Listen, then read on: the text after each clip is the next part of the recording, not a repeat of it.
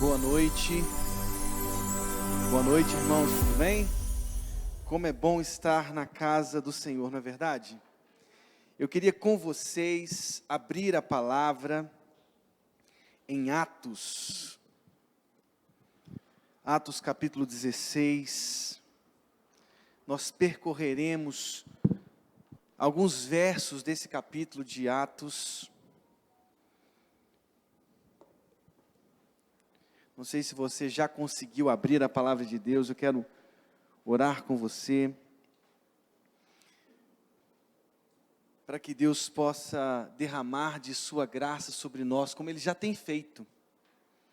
Nós já estamos ouvindo a palavra de Deus, a voz de Deus, não é verdade? Através de cada canção, momento de louvor, adoração ao Senhor, e agora a palavra de Deus será pregada, e como é bom ouvir a voz do Senhor através de sua palavra, não é verdade? Atos 16, todos conseguiram abrir a palavra de Deus? Eu queria ler com vocês alguns versos desse capítulo, entendendo que nós percorreremos outros versos também do capítulo 16. Mas quero ler agora só para posicioná-lo no contexto em que Paulo está. Vamos ler a palavra de Deus em Atos 16, a partir do verso 1. Diz assim, nós estamos na segunda viagem missionária, do apóstolo Paulo. Diz assim a palavra de Deus: chegou também a Derbe e a Listra. Havia ali um discípulo chamado Timóteo, filho de uma judia crente, mas de pai grego. Dele davam bom testemunho os irmãos em Listra e Icônio. Quis Paulo que ele fosse em sua companhia, e por isso circuncidou-o por causa dos judeus daqueles lugares, pois todos sabiam que o seu pai era grego. Ao passar pelas cidades, entregavam aos irmãos para que as observassem, as decisões tomadas pelos apóstolos e presbíteros de Jerusalém. Assim, as igrejas eram fortalecidas na fé e dia a dia aumentavam em número. E percorrendo a região frígio-gálata, tendo sido impedidos pelo Espírito Santo de pregar a palavra na Ásia, defrontando Mísia, tentavam ir para a Bitínia, mas o Espírito de Jesus não o permitiu. E tendo contornado Mísia, desceram a Troade. À noite sobreveio a Paulo uma visão, na qual um varão macedônio estava em pé e lhe rogava, dizendo: passa a Macedônia e ajuda-nos.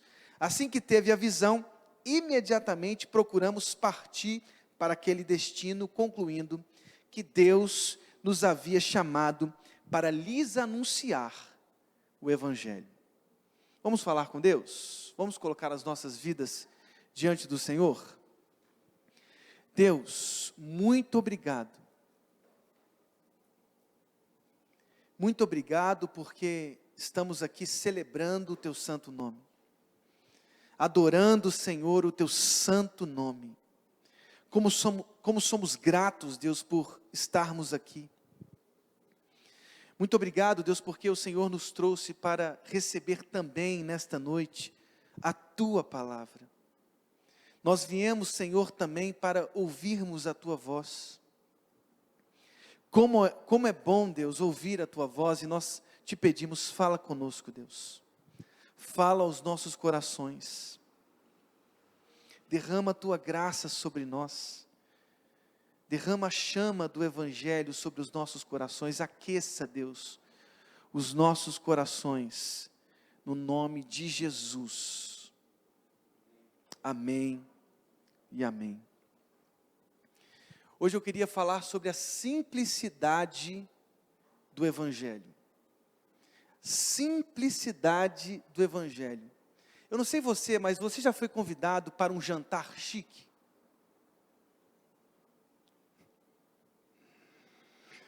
Você come um negócio ali diferente, com os nomes estranhos, desconfiado sempre, mas a sensação que você tem, depois de comer todos aqueles pratos estranhos, com nomes estranhos, com nomes estrangeiros, cadê a coxinha de frango? Cadê aquela Só eu penso assim? Eu não sei você, mas os jantares chiques às vezes me constrangem, porque eu não sei nomes. E eu fico sempre à procura dos mesmos salgados. Eu me lembro de uma vez que me convidaram para ir num restaurante muito chique. Eu falei, agora eu vou gastar. Porque eu sabia que a pessoa ia pagar para mim, então era aquela oportunidade do pobre que nasceu lá em Belo Horizonte de comer alguma coisa diferente. Eu pedi um prato que eu não sei nem dizer o nome. Quando eu coloquei aquilo na boca, eu falei, meu Deus do céu, como é que isso custa esse preço? E a sensação que eu tinha era, por que não tem aqui aquele bife acebolado, arroz, feijão e uma batata frita? No meio daqueles pratos estranhos, naqueles restaurantes chiques, eu fico, meu Deus, onde está o bife acebolado? Onde está arroz, feijão, batata frita? Onde está a empadinha de frango? Onde está a coxinha de frango? Não sei se você já reparou, mas as coisas simples são mais gostosas. As coisas simples. Ontem à noite, os jovens estavam na casa do irmão Romualdo. E nós estávamos no nosso pequeno grupo, com um fogo aceso, caldo para lá, caldo para cá, mandioca frita, aquela simplicidade do encontro, mas a presença de Deus. A presença de Deus na juventude. O violão sendo tocado, os louvores sendo cantados, né, aquela harmonia toda, todo mundo rindo um para o outro, todo mundo brincando um com o outro, e a gente comendo só comida boa. Eu estou pensando, Júlia, a gente todo sábado ir lá para casa do irmão Romualdo, fazer um caldo naquela fogueira ali, e estarmos juntos na simplicidade daquele momento. Quando eu leio para o texto de Atos, capítulo 16, a plantação da igreja em Filipos, eu vejo essa simplicidade. A simplicidade do evangelho como um prato de coxinha de frango e empadinha numa festa.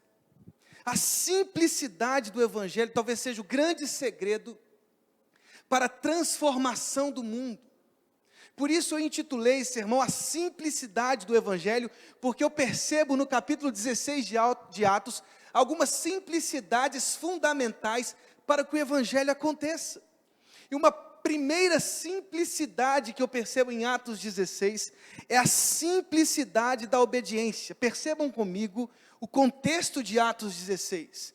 Em Atos 15 nós temos o Concílio de Jerusalém.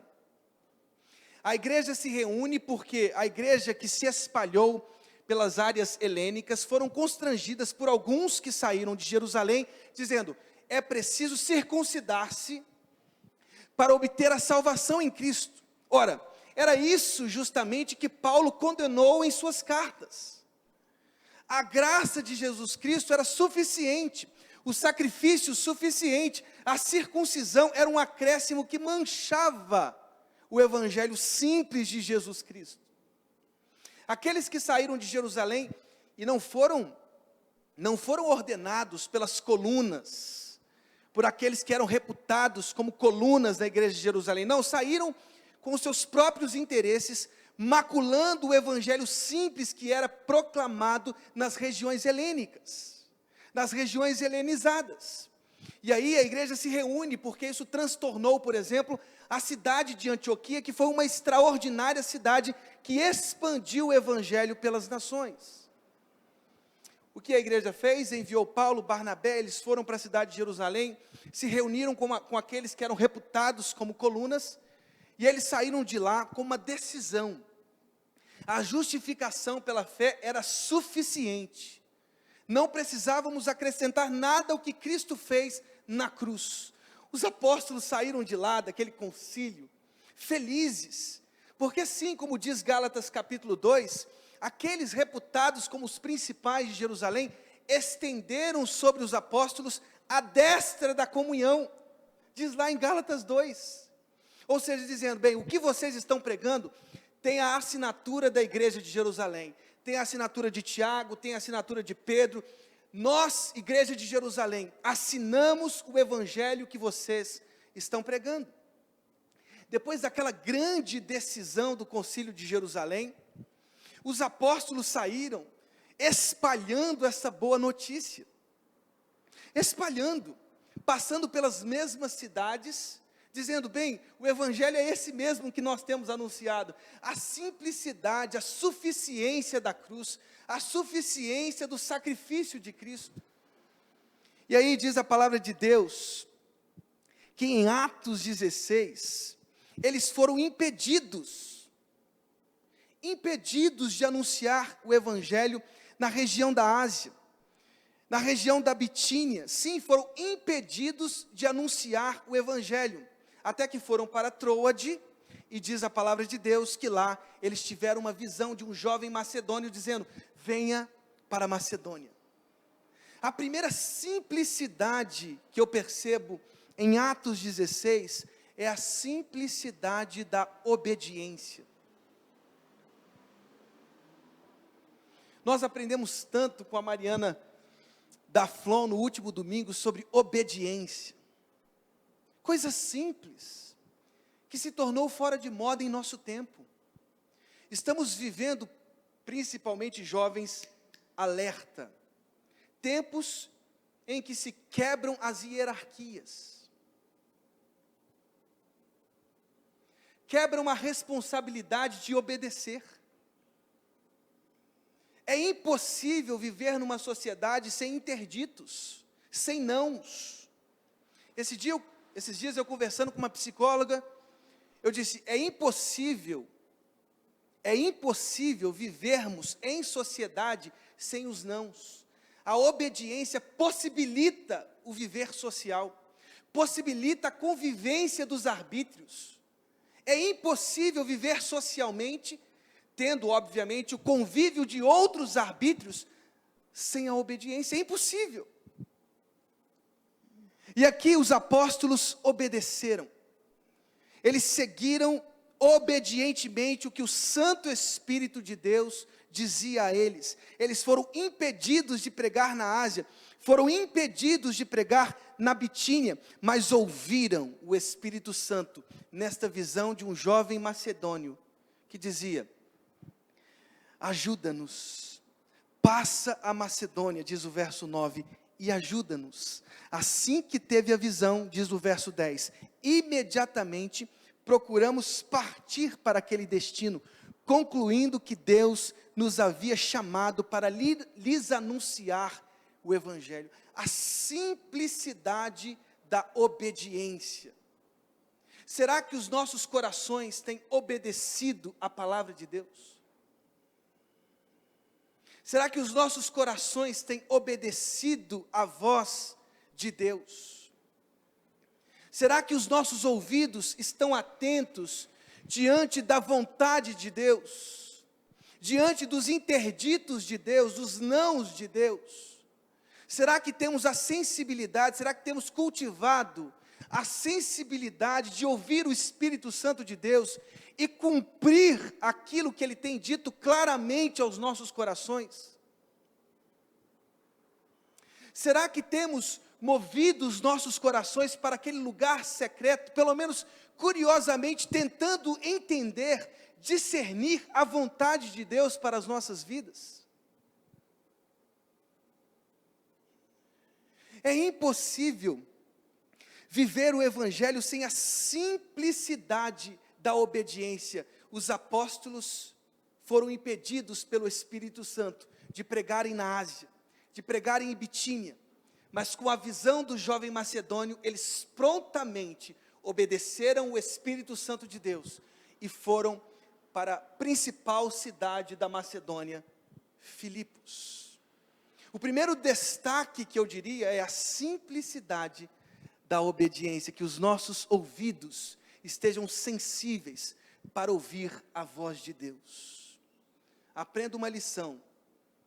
Se o dia estiver ensolarado e sua mãe disser, vá de guarda-chuva, mas o clima-tempo, não desconfie do clima-tempo. Pegue o guarda-chuva, mesmo em dia ensolarado, porque se sua mãe disse, pegue o guarda-chuva, vai chover. Já aconteceu isso com você? Hã? Ou só comigo? A simplicidade da obediência.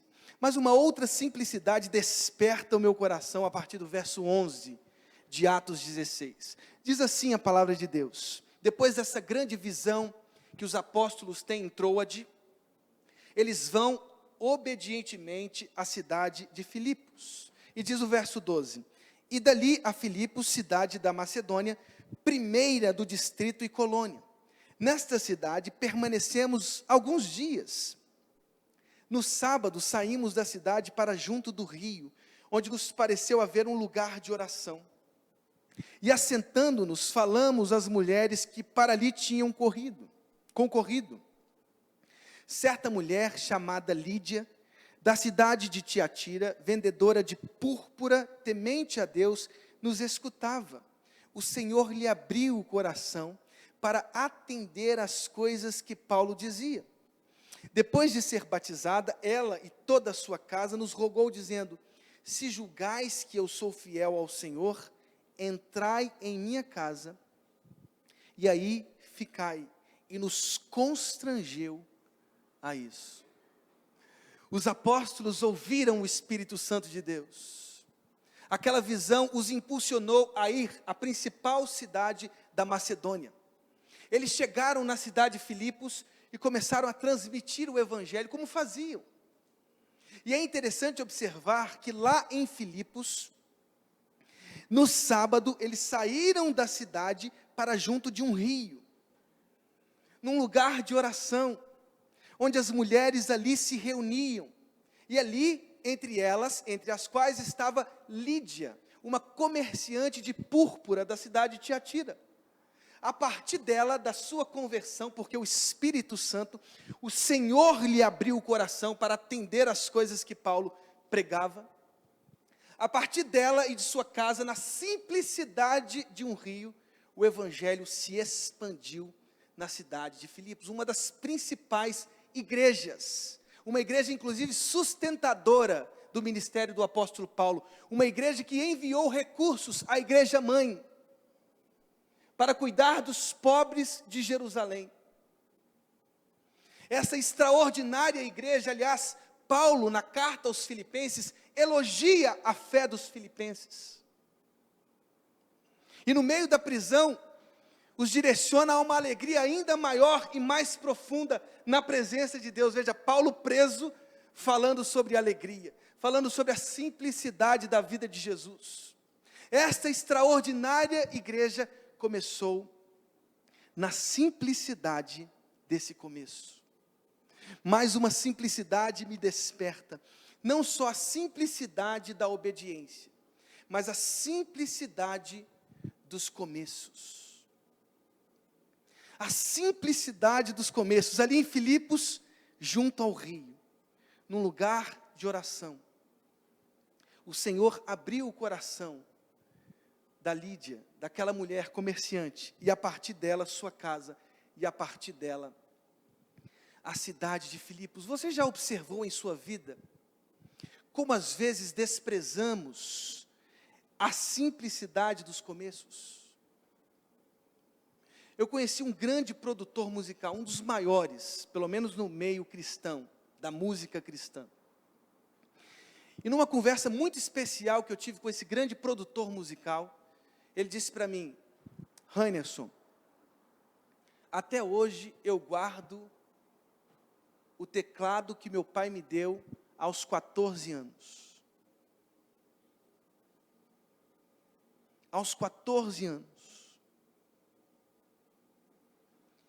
Ele guarda aquele pequeno começo, a simplicidade daquele começo como um símbolo de onde ele começou. Um investimento de um pai sem recursos, para que o seu filho se tornasse um músico, e se tornou um dos maiores na música cristã. Toda vez que eu chego na sala do pastor Juraci, eu vejo a máquina de costura de sua mãe, que fez um enxoval de quando o pastor Juraci nasceu, ou seja, alguns anos, muitos, talvez vários, multiplicados por várias décadas, anos atrás. A simplicidade dos começos. Queridos, quantas vezes desprezamos isso? Eu queria que você se lembrasse dos pequenos começos da sua vida. Eu me lembro até hoje com alegria, mesmo diante de tantas heresias, da primeira vez que eu preguei aos 16 anos. Da primeira vez, no púlpito da Igreja Batista Memorial Central do Tirol. Olha o nome da igreja, grande. Igreja Batista Memorial Central do Tirol. Dali, eu passei a pregar em projetos missionários. Invasão, pescador jovem. Pregar, e isso se tornou a minha vocação. Deus me vocacionou em momentos noturnos. Às vezes eu acordava com um sermão escrito. E começava a anotar. Os pequenos começos, eu me lembro até hoje. Não despreze os pequenos começos. Quando Cristo fala sobre o reino de Deus, Ele fala das pequenas coisas simples. O grão de mostarda, não é verdade? O reino de Deus é um grão de mostarda que se transforma numa grande hortaliça. É um pouco de fermento que vai levedar a massa inteira. Pequenos começos. Esse lugar de oração, junto ao rio. Ali, o Espírito Santo de Deus abriu o coração de Lídia e sua família, para que ela entendesse a voz do Evangelho, e a partir daquele lugar, transmitisse e expandisse o Evangelho, inclusive para além de Filipos, em toda a Macedônia. A simplicidade dos começos. Mas eu continuo o texto a partir do verso 16.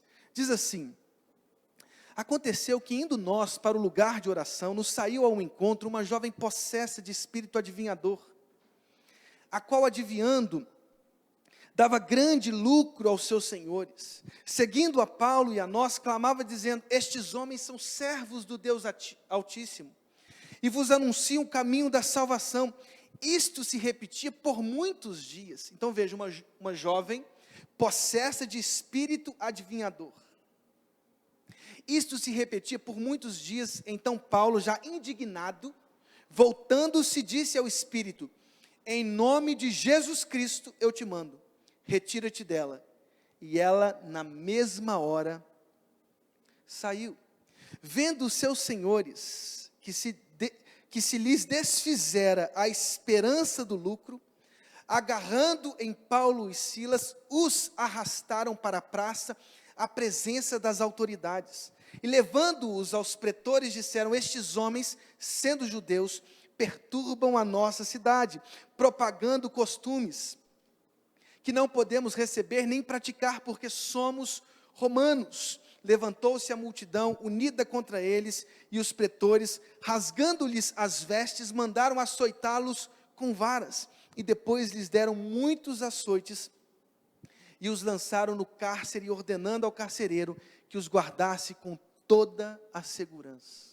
Observe comigo a grandeza destes versos. Uma jovem possessa de um espírito adivinhador dava grande lucro nessa cidade de Filipos. Ela estava incomodando os apóstolos que pregavam diariamente o Evangelho. A perseverança dos apóstolos. Aliás, eu observo isso em todo o livro de Atos dos Apóstolos. Por exemplo, em Éfeso, na escola de Tirano, depois de sair da sinagoga, Paulo pregou todos os dias por 2 anos em Éfeso, nessa escola. 2 anos, todos os dias pregando o Evangelho. E você observa esta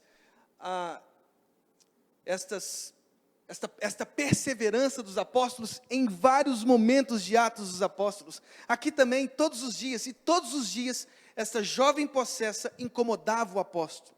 Então Paulo, indignado, voltou-se para aquela mulher e disse: retira-te dela. E ele, aquele espírito adivinhador, na mesma hora saiu. E diz, vejam só, observem comigo o verso 19. Vendo os seus senhores que se lhes desfizera a esperança do lucro, agarrando em Paulo e Silas, o arrastaram para a praça, à presença das autoridades.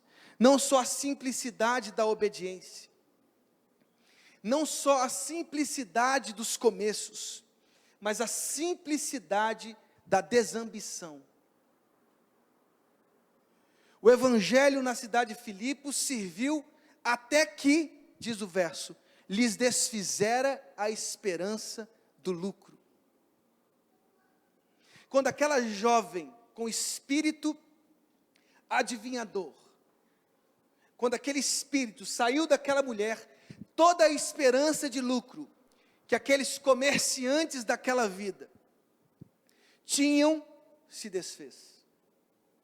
Aqui o evangelho começou a incomodar os comerciantes de Filipos, como também os comerciantes de Éfeso em Atos 19. A simplicidade da desambição às vezes me faz perguntar até onde o evangelho vai em nossas vidas.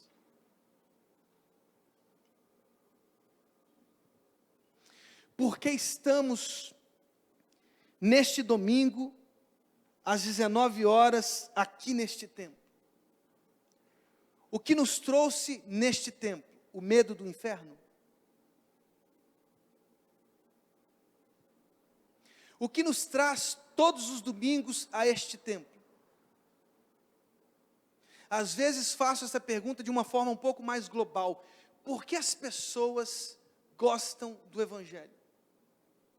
Até onde o evangelho é importante para as pessoas? Jesus em Marcos 4 fala de quatro diferentes tipos de solos. À beira do caminho, solo pedregoso, entre espinhos. E pasmem, o solo pedregoso e entre espinhos são aqueles que, quando a tribulação vem, o evangelho vai embora. Quando as riquezas, a esperança do lucro se desfaz, o evangelho vai embora. Os corações se sufocam diante dos espinhos, os corações que se sufocam diante dos espinhos em solo pedregoso, são aqueles corações que se importam simplesmente com aquilo que o evangelho me dá. O solo frutífero é aquele que o evangelho bate, é plantado, e este evangelho produz frutos, a 30, a 60 e a 100 por um. 4 diferentes tipos de solos. A pergunta que nós precisamos fazer é: qual é o solo do meu coração? A partir de mim, quantas pessoas estão conhecendo o evangelho? A partir da minha casa, quantas pessoas estão conhecendo mais sobre Jesus? A partir do meu comportamento, a partir da minha vida, onde eu exerço a minha profissão, quantas pessoas estão conhecendo o evangelho de Cristo? Aqui na cidade de Filipos, os senhores daquela jovem possessa de um espírito adivinhador recusaram o evangelho. Por quê? Porque o evangelho desfez a esperança de lucro. Será que os nossos corações sobrevivem às tempestades? Será que os nossos corações sobrevivem aos açoites? Será que os nossos corações sobrevivem às perseguições?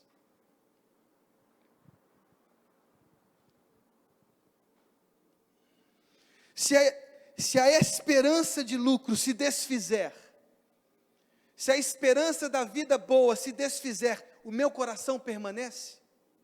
Se as tempestades vierem, se a escassez, se a condição desértica vier, o meu coração permanece em pé? Não só a simplicidade da obediência, não só a simplicidade dos começos, mas a simplicidade da desambição. O apóstolo Paulo, que passou por tantas coisas, pôde dizer: posso todas as coisas naquele que me fortalece. E ele disse isso a quem? Aos Filipenses. Posso todas as coisas naquele. E ele poderia dizer isso, porque eu posso todas as coisas naquele que me fortalece mesmo diante da escassez, da fome, mesmo diante dos açoites, dos naufrágios, mesmo diante da extrema perseguição, da extrema violência, posso todas as coisas naquele que me fortalece. A simplicidade da desambição. Veja, eu sou cristão, eu fui transformado para um evangelho que me convidou para a cruz, que me convidou para o Gólgota, que me convidou para me unir aos sofrimentos de Cristo, para completar, como o apóstolo Paulo disse, os sofrimentos de Jesus. Mas uma última coisa me chama a atenção no livro de Atos 16. Diz que, depois de lhe darem muitos açoites, verso 23, os lançaram no cárcere, ordenando ao carcereiro que os guardasse com toda a segurança. Este, recebendo tal ordem, levou-os para o cárcere interior e lhes prendeu os pés no tronco. Vejam o verso 25. Por volta da meia-noite, Paulo e Silas oravam e cantavam louvores a Deus, e os demais companheiros de prisão escutavam. De repente sobreveio tamanho terremoto que sacudiu os alicerces da prisão, abriram-se todas as portas e soltaram-se as cadeias de todos. O carcereiro despertou do sono e, vendo abertas as portas do cárcere, puxando da espada, ia suicidar-se, supondo que os presos tivessem fugido. Mas Paulo bradou em alta voz: não te faças nenhum mal, que todos aqui estamos. Então o carcereiro, tendo pedido uma luz, entrou precipitadamente, trêmulo, prostrou-se diante de Paulo e Silas. Depois, trazendo-os para fora, disse: senhores, que devo fazer para que seja salvo? Responderam-lhe: crê no Senhor Jesus, e serás salvo tu e tua casa. Não só a simplicidade da obediência, não só a simplicidade dos começos, junto a um rio, num lugar de oração, não só a simplicidade da desambição. Eu faço parte, eu sou o Evangelho, eu sou Cristo, eu sou o corpo de Cristo, independente dos cenários. Mas também a simplicidade da liturgia.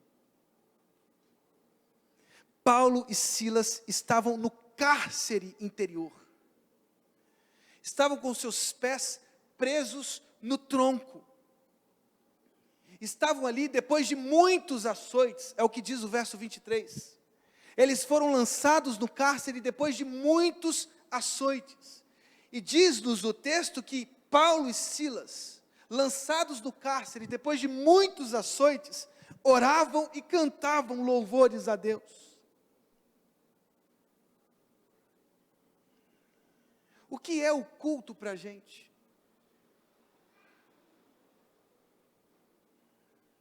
Será que é um monte de iluminação, fumaça? O melhor som, a melhor iluminação, o melhor espaço acústico? Ou será que o culto é a simplicidade de homens como Paulo e Silas, que no cárcere interior, com os pés presos no tronco, cantavam e louvavam a Deus depois de vários açoites? O que move o seu coração a esse culto? Irmãos, temo às vezes que a igreja confunda. Porque a igreja é isso aqui.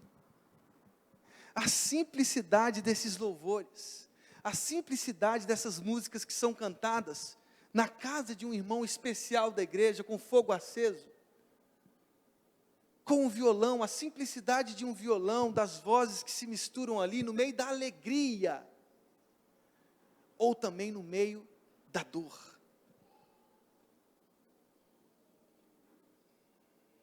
No meio da agonia.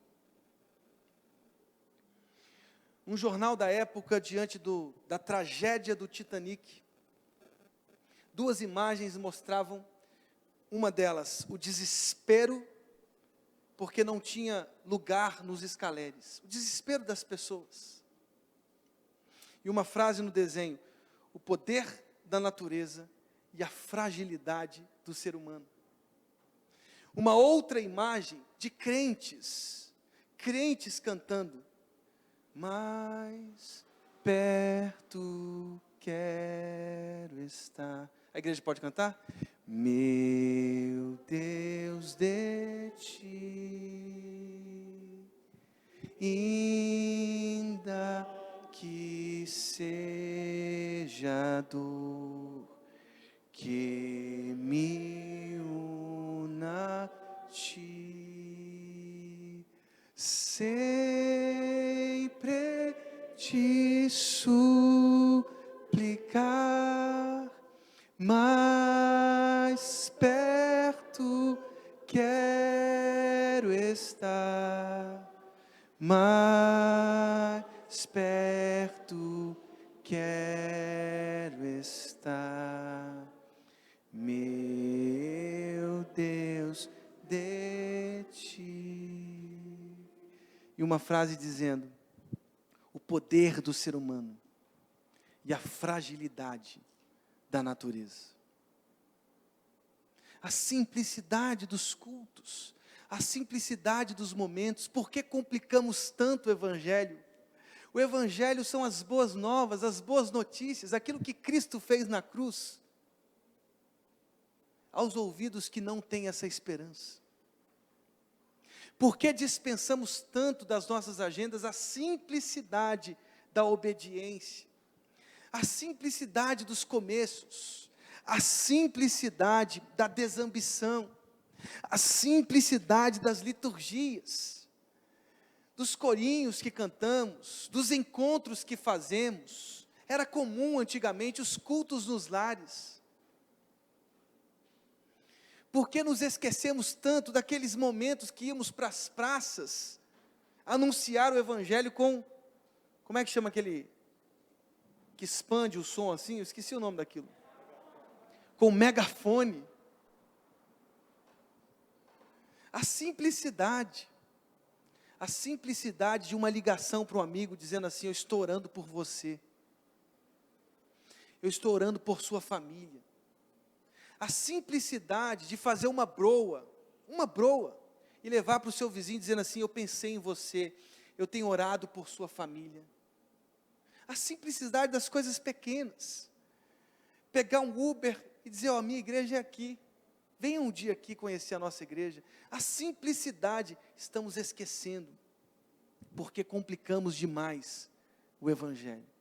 Que a simplicidade do Evangelho nutra os nossos corações, para que a proclamação das boas novas seja vivida por todos nós, no nome de Jesus. Eles oravam, eles cantavam louvores, e de repente, aquele carcereiro não sustentou suas próprias pernas. Senhores, que devo fazer para que seja salvo? Trêmulo, prostrou-se diante de Paulo, Silas, e Paulo deu uma resposta simples: crê no Senhor Jesus, e serás salvo, tu e a tua casa. Deus, muito obrigado, pela simplicidade da tua palavra. Perdoe-nos, ó Deus, por às vezes complicarmos tanto. Que encontros como aquele que tivemos ali ontem, na casa do irmão Romualdo, da Lu, que abriram, que encontros como aquele aconteçam mais vezes. Que reuniões como aquela, em torno da palavra, e de comida boa também, aconteçam mais vezes. Porque é essa alegria que a cidade de Petrópolis precisa. É esta alegria que o mundo inteiro precisa, Senhor, porque estamos vivendo um momento muito difícil. Que essa comunhão tão simples seja espalhada através das nossas casas, através dos nossos relacionamentos, através do amor que o Senhor derramou sobre nós, por meio do Teu Santo Espírito, como diz a Tua palavra em Romanos 5:5. Muito obrigado, Deus, no nome de Jesus. Amém. Vamos louvar o Senhor mais uma vez?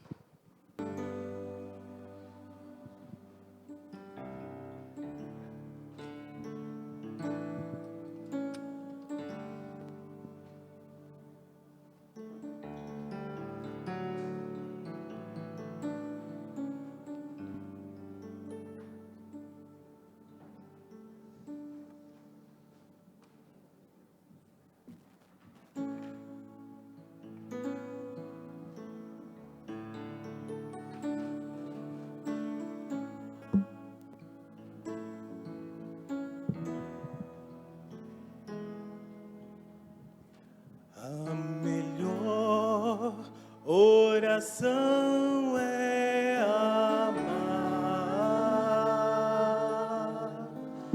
A melhor oração é amar. Se não sabes amar, é preciso orar. A melhor oração é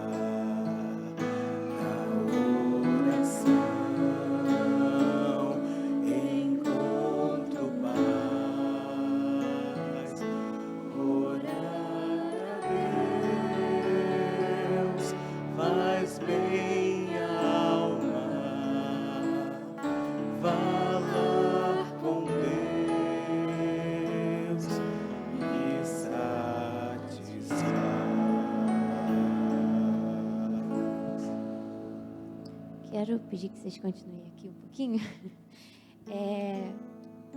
Pastor, desculpa, já passou do horário, mas é rapidinho. Um aviso: quem for jovem, quiser participar da banda, quiser participar do louvor, o Tio Henrique vai ter uma reunião agora ali no 2º andar, é rapidinho. Então, assim que acabar o culto, subir lá. E eu pedi para que eles continuassem aqui e quero pedir que a igreja fique em pé para que a gente possa cantar Mais Perto Quero Estar, mais uma vez, e assim a gente vai encerrar o nosso culto. Boa noite.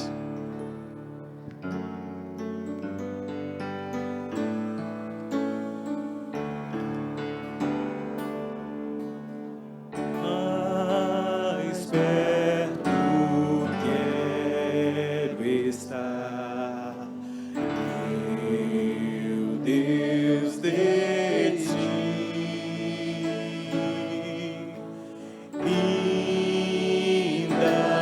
que seja dor, eu devo na ti. Sempre hei de suplicar, mais perto quero estar, mais perto quero estar, meu Deus, de ti. Sempre hei de suplicar, mais perto quero estar, mais perto quero estar, meu Deus, de ti.